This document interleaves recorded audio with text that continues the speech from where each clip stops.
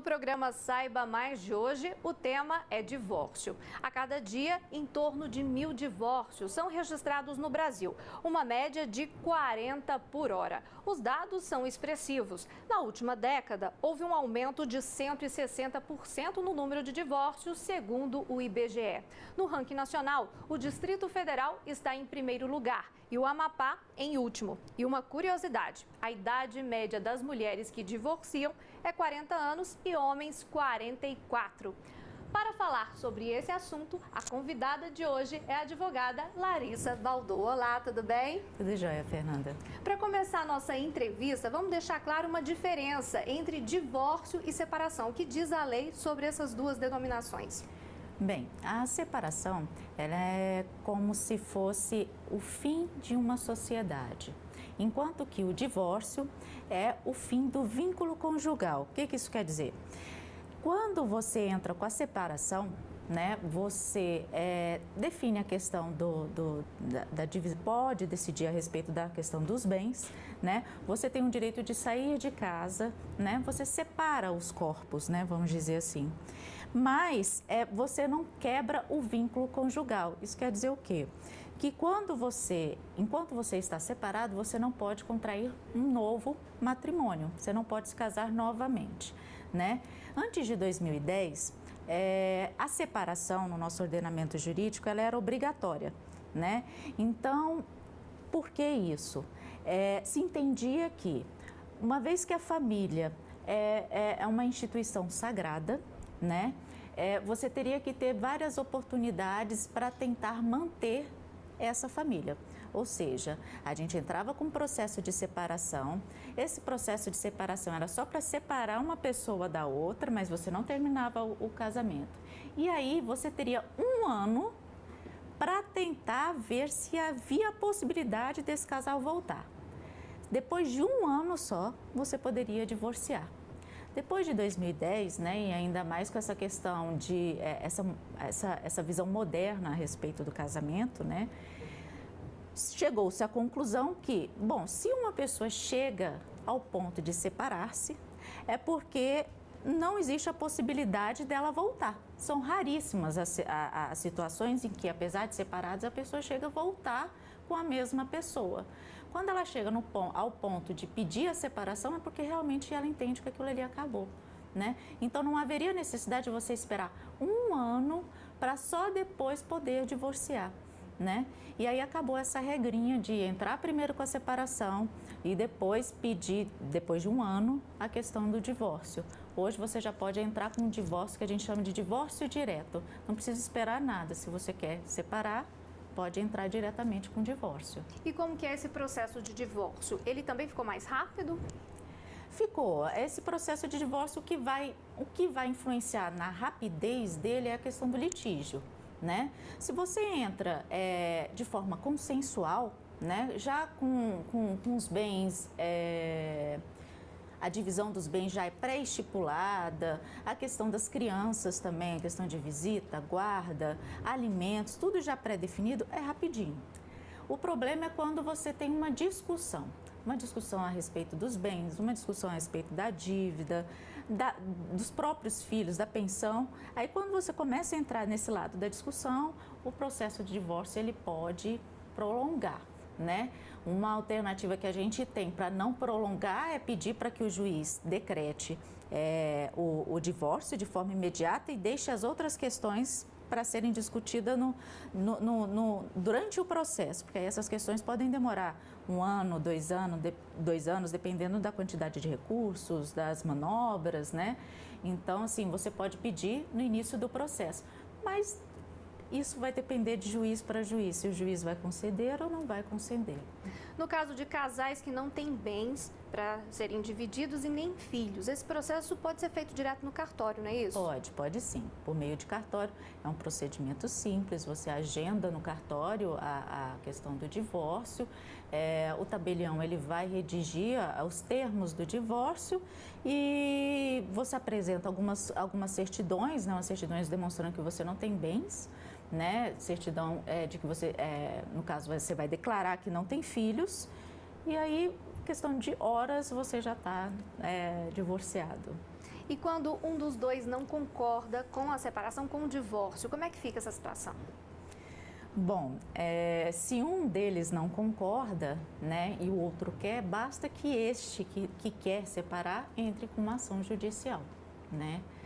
Não existe a possibilidade de uma pessoa prender a outra para o resto da vida, né?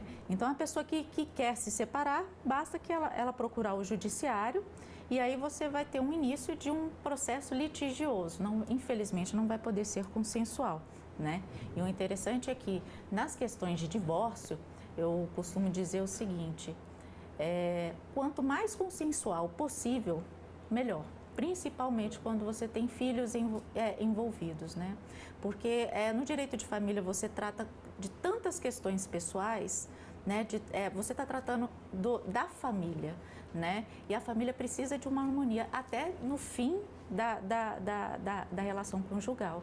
Porque muitas vezes, quando você tem filho, a briga acaba se estendendo a eles, né? Você cria traumas, você cria desequilíbrio, né? Principalmente quando a criança está em desenvolvimento, né? Então, quanto mais consensual, melhor.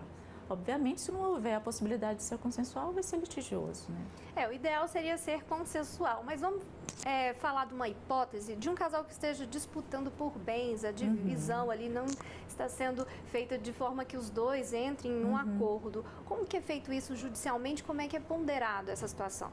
A questão dos bens, você depende muito do regime de bens. Então, se é um regime de comunhão parcial, se é um regime de comunhão total, de separação total, né? Depende do tipo de regime que você adotou. Antes de casar, você vai no cartório e você já faz a seleção desse tipo de regime, né? O que a gente percebe é que muitas vezes há uma discussão em torno da divisão dos bens que é irrelevante, porque ao final a lei vai ser aplicada da forma que ela está escrita. Então, por exemplo, no regime de comunhão parcial dos bens, o que era antes do casamento não entra no casamento, né? E o que é construído na constância do casamento, tanto dívida como patrimônio, né? Eles vão ser partilhados meio a meio, né? E não adianta, algumas coisas a gente perde o tempo discutindo, mas a regra é que é meio a meio, no final é meio a meio, né? Então, o juiz ele vai aplicar a lei pura e simples, né? Às vezes a gente perde muito tempo discutindo detalhes, né? Ah, não, mas eu trabalhei mais para comprar esse bem. Não interessa. O que foi adquirido na constância do casamento vai ser dividido meio a meio. Então, vai sempre depender do regime de bens escolhidos pelo casal. Continuando nossa entrevista, vamos falar agora sobre pensão alimentícia. É um outro grande ponto, né, complicado na hora de um divórcio. Como que é feito isso? Quem que é definido, quem que é obrigado a pagar a pensão alimentícia? Bem, a pensão alimentícia, ela leva em consideração vários fatores.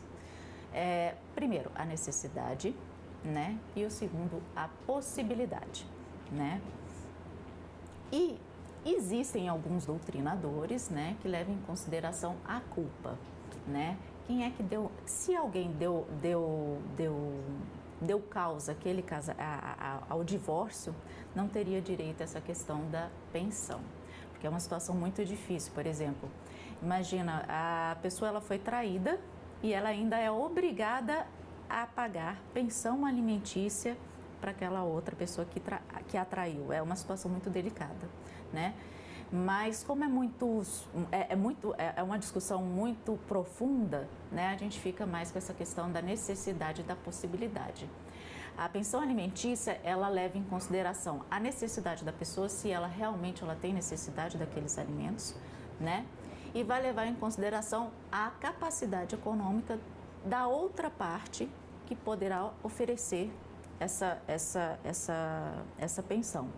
Ela pode ser requerida tanto pela esposa, ex-esposa, ou como pelo ex-marido. Isso vai depender da necessidade desses alimentos, né? E no caso de filhos, como que fica? Os filhos, você leva em consideração a questão da guarda, né? A guarda, o tempo que o filho fica com o pai, né? Ainda mais essa questão hoje em dia da guarda compartilhada.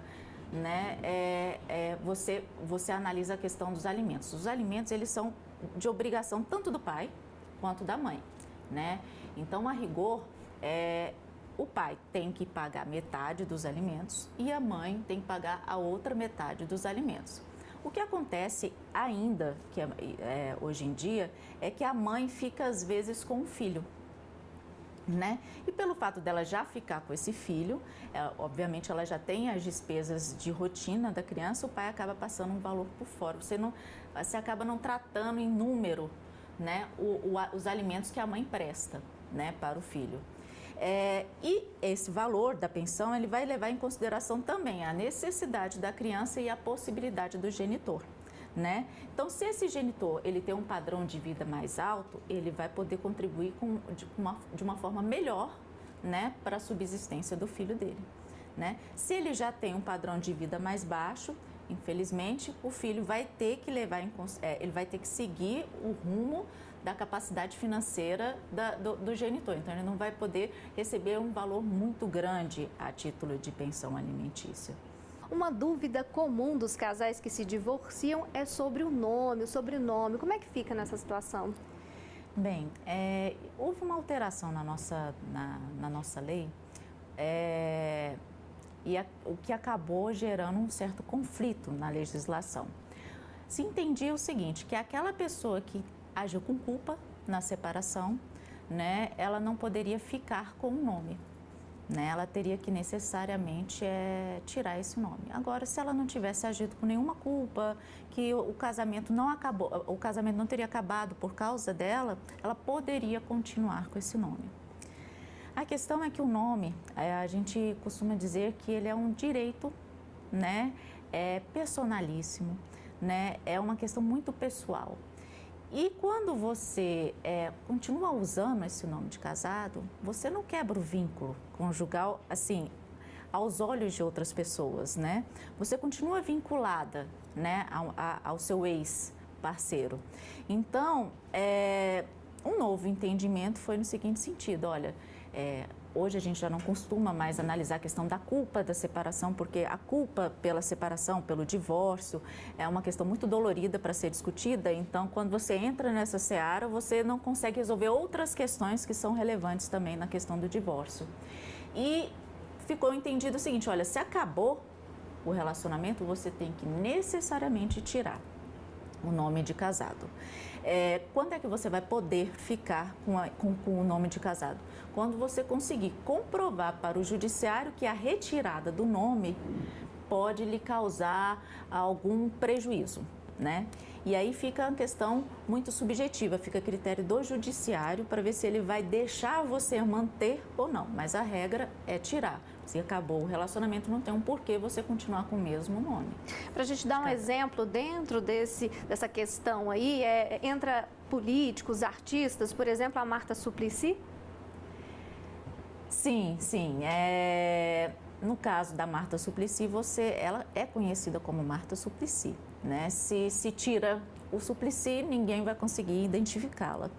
Então, existe a possibilidade, nessas hipóteses, né, dela continuar com o sobrenome em razão do cargo dela, em razão da pessoa dela.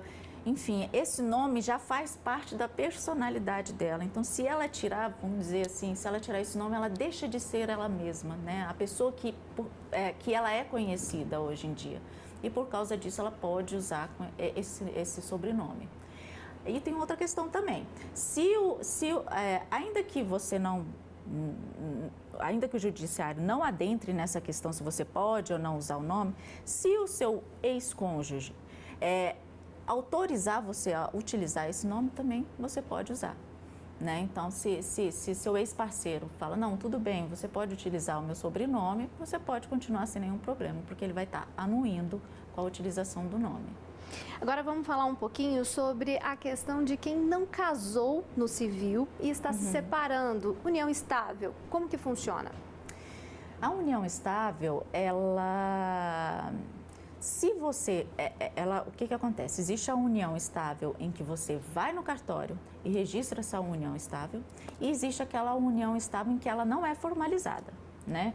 Então, você tem a possibilidade de formalizar a união estável e a possibilidade de não formalizar. Nas situações em que você formalizou, o procedimento ele é muito similar ao divórcio, né? Você vai procurar o judiciário em caso de filhos, né, ou em caso de litígio, ou você pode ir até mesmo no cartório, caso você não tenha nenhum litígio e não tenha filhos. Já no caso daquela união estável, em que ela nunca foi formalizada, há necessidade de você entrar no judiciário, pedindo um reconhecimento desta união estável. O judiciário ele vai reconhecer essa união estável e ele vai fixar a partir de quando ela começou, porque a data do início da união estável ela vai ter um reflexo muito forte na questão da separação dos bens, né? E depois que é definida a data do início da união estável, você faz a questão do divórcio com os mesmos procedimentos. Mas você não tem como entrar, pedir diretamente a questão do divórcio antes que ela seja reconhecida. Em relação à separação de bens, a união estável tem o mesmo valor do casamento civil ou não? Os direitos são diferentes? Não, ela tem os mesmos. A regra, na verdade, é o seguinte: na união estável, se você não formaliza, assim como na questão do casamento, a regra sempre é a questão da comunhão parcial dos bens, né? E na questão do casamento, você normalmente, antes do casamento, na questão da burocracia, da papelada mesmo, que você vai dar entrada no casamento, você tem várias opções de regime de bens, né? E você pode optar por qualquer uma delas. A questão da união estável é que só se você fizer o registro no cartório, né? Aí você vai estar construindo essa questão da burocracia também para a união estável. Se você fizer no cartório, você pode selecionar algum tipo de regime de bens. Se não, vai ser também a questão da comunhão parcial de bens. E quem se divorciou e quiser voltar, casar novamente, pode casar com a mesma pessoa? Pode voltar, sim. E aquelas pessoas que estão separadas e voltam, ela não é considerado um divórcio, né? Então, hoje você tem algumas situações em que as pessoas entraram com processo só de separação, não entraram com processo de divórcio. Então, o que acontece? Ela não é considerada no papel como divorciada, né? Embora conste ali no registro de casamento dela que ela entrou com procedimento de separação, mas ela não chega a ser divorciada. Então, se ela voltar, é como se ela estivesse junto com aquela pessoa a vida toda. Agora, se ela divorcia, ela é obrigada a seguir toda a burocracia de um novo casamento, ir no cartório, fazer a seleção do regime de bens, né? O Estado ele não tem esse poder de impedir que você se relacione com outra pessoa. E tem um prazo mínimo? Para voltar? Não tem prazo mínimo. Não tem um prazo mínimo nem um prazo máximo. Ok, obrigada por sua participação. O tema do programa Saiba Mais de hoje foi divórcio. E quem esclareceu todas as dúvidas sobre esse tema foi a advogada Larissa Valdou. Obrigada por sua presença. Eu que agradeço.